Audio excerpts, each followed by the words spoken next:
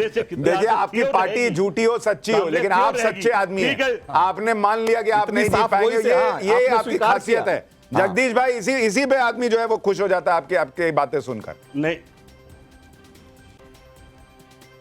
देखिए भाई, मैं तो ये कहूंगा, हमने काम करा। मैं गया था त्रिनगर क्षेत्र में, सत्येंद्र शर्मा जिसको आप नहीं गिन रहे हैं, वो रेस में है, आप देख लेना। जगदीश भाई, आपने काम किया, आपकी गलती मैं बताऊं, आप लोगों ने लोकसभा में आम आदमी पार्टी के साथ गठबंधन किया। आप लोग घूम घूम के बोलते रहे कि ये मोदी जी हिटलर हैं, केजरीवाल को अरेस्ट करवा दिया, और अब आप आके कहते हैं कि यहां सबसे बड़ा घोटाला केजरीवाल ने किया है। पब्लिक आपकी बात ही नहीं मानती है। तारिक खान साहब, आपके जो दोस्त हैं दिल्ली में आम आदमी पार्टी के, अरविंद केजरीवाल, सारे एग्जिट पोल दावा कर रहे हैं कि उनकी सरकार जा रही है। जी, अभी आप कह रहे थे ना कि जो एक आदमी 6 वोट मिल्कीपुर में डाल रहा है और दिल्ली में क्यों नहीं डाल रहा है? आपका टेप वहीं अटका हुआ है अभी तक। तब से कितनी कहानी आगे बढ़ गई तारिक खान।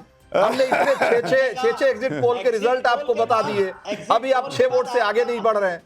भाई, क्या 6 एग्जिट पोल के आंकड़े आ चुके हैं और आप अभी भी 6 वोट की बात। अच्छा, ये देखिए कितना इंटरेस्टिंग है तारिक भाई।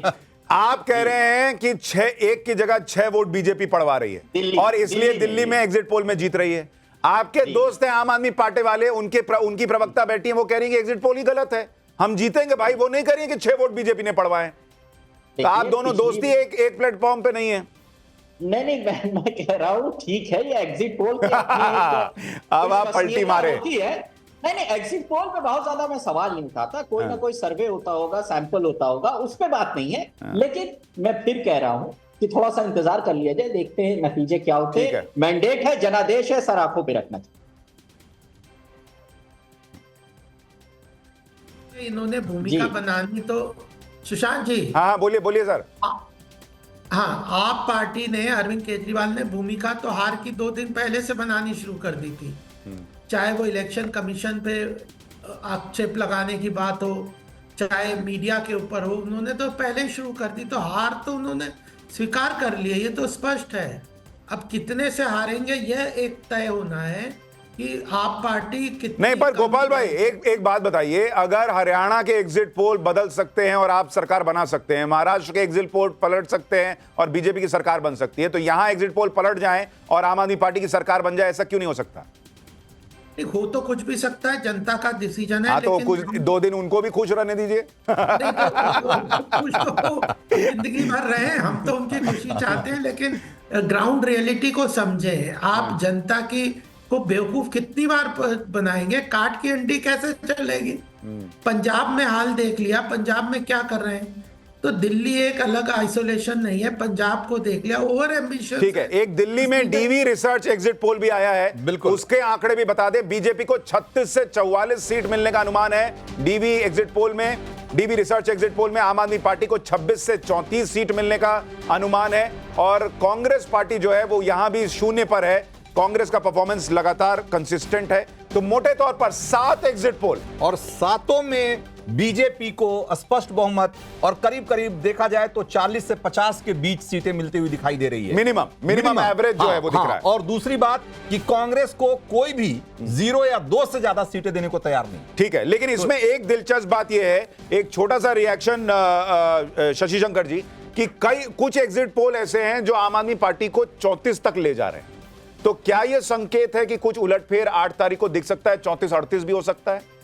एकदम हो सकता है सर। देखिए, 20 हो सकता है, एकदम हो सकता है। यानी 8 तारीख को नवभारत सुबह 7 बजे लगा लेना पड़ेगा। लगा लेना, बिल्कुल लगाना जल्दी पता चले उलटफेर हो रहा है कि हो रहा है कि नहीं हो रहा है। 40% बीजेपी को हो गया, दोनों में समानता रहती है। क्योंकि ठीक है, मोटे तौर पर आप कह रहे हैं कि वो मिला जुला लड्डू जो है वो दोनों में बट जाएगा, लेकिन वो लड्डू 8 तारीख को कौन खिलाएगा ये तो बाद में पता चलेगा। एक बार रविकांत के पास चलते हैं। रविकांत, आपके हिसाब से अभी दिन भर में तो माहौल ऐसा लग रहा है कि 50-50 का मुकाबला है। अभी एग्जिट पोल के आंकड़े बताएंगे कि किसकी तरफ 60-40 होना है, लेकिन आपके हिसाब से क्या मुद्दे रहे हैं जिस पर वोट पड़े हैं? शीश महल कोई मुद्दा था, नहीं था? केजरीवाल की गिरफ्तारी कोई मुद्दा था, नहीं था? यमुना, गंदगी वगैरह वगैरह ये सब था आज के वोटिंग के दौरान या नहीं था? देखिए सुशांत जी, मैं आपकी और रंजीत जी की एक बात से बिल्कुल सहमत हूं कि इस बार चुनाव बहुत ही दिलचस्प और रोचक ग्राउंड पर रहा। एक पार्टी आरोप लगाती थी, उसका तुरंत काउंटर आता था, तो ग्राउंड पे साफ तौर पर दिखा कि चुनाव दिल्ली का बेहद रोचक रहा।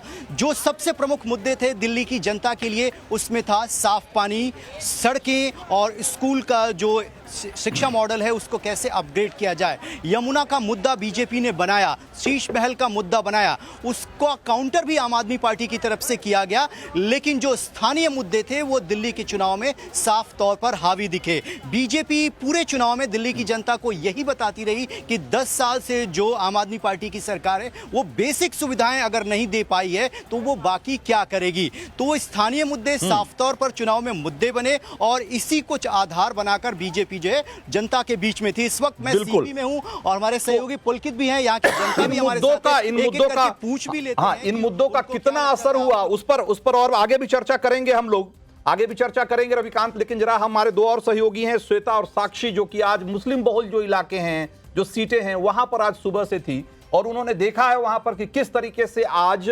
बाकी सीटों के मुकाबले मुस्लिम बहुल सीटों पे ज्यादा टर्नआउट था, ज्यादा लोगों में उत्साह दिखा और ज्यादा वोटिंग परसेंटेज भी रहा।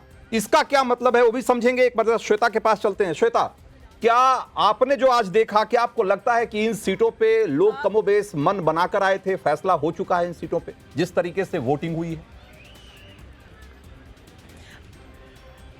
रंजीत जी, यही कहना चाहूंगी कि बिल्कुल इस बार वोटिंग परसेंटेज ओखला कह ले या जो भी मुस्लिम बहुल इलाके वहां ज्यादा देखने को मिला है। लेकिन देखिए, एआईएमआईएम के उम्मीदवार उतारने की वजह से यहां खेल बिगड़ता भी दिख रहा है। जनता कह रही है कि भावनात्मक रूप पे यहां लोग वोटिंग कर रहे हैं। अब आप समझिए कि अगर वोट बढ़ जाते हैं शफीउर रहमान और अमानतुल्लाह के बीच में, तो जाहिर सी बात है फायदा किसको मिलेगा, क्योंकि मनीष चौधरी वहां पर उम्मीदवार है और उन्हें पता है इन इलाकों में तो वो गए भी नहीं है। तो इस बार का चुनाव बहुत दिलचस्प है। साक्षी और मैंने जहां जहां कवर किया रंजीत जी, सच मानिए बंगाल चुनाव आपने देखा था कि कैसे लहर लग रही थी बीजेपी की, आई दीदी, तो कुछ ऐसी ही स्थिति यहां बनते हमने देखी। क्यों साक्षी? और इसी वजह से कांग्रेस और आम आदमी पार्टी क्योंकि अलग अलग चुनाव लड़ रहे हैं, इसका फायदा कहीं ना कहीं बीजेपी को मिल सकता है। कई सीटों पर मैं और श्वेता गए, पॉश मार्केट एरियाज में गए, बड़ी संख्या में लोग हमसे मुलाकात करते थे। कभी कभी ऐसा लगता था लोगों का झुकाव एक बार फिर से आम आदमी पार्टी की तरफ है, एक बार फिर से आम आदमी पार्टी को मौका दिया जाएगा। वहीं दूसरी तरफ बीजेपी भी बाजी मारती हुई नजर आ रही थी। दूसरी ओर लगता था कि नहीं नहीं, कांग्रेस भी पिक्चर में है, क्योंकि शीला दीक्षित के समय को जनता आज भी याद करती है। दिल्ली के विकास के ऊपर जनता आज भी शीला दीक्षित का नाम लेती है। तो कई सारे ऐसे मुद्दे थे। आपने क्योंकि कहा कि कौन कौन से मुद्दे रहे, तो एजुकेशन एक बड़ा मुद्दा था, यमुना का पानी बिल्कुल एक बड़ा मुद्दा था, साथ साथ में साफ सफाई और पोल्यूशन बहुत बड़ा मुद्दा था। तो ये सभी मुद्दों के एक छोटा सा सवाल, छोटा सा जवाब चाहूंगा साक्षी आपसे कि आप लोगों ने बहुत शुरुआत से ये पूरी कवरेज की है इस चुनाव की, तो जो शुरुआत में जिस तरह का मूड, जिस तरह का माहौल दिख रहा था, बीजेपी का दावा है कि आखिर के 5-7 दिनों में बहुत हद तक मोमेंटम बदला है, चेंज हुआ है। क्या वाकई वो आज भी आपको वोटिंग के समय भी वो चीज दिखी, या लगता है कि नहीं, जैसे शुरुआत में जैसा माहौल था उसी ट्रेंड पे आज वोटिंग भी हुई?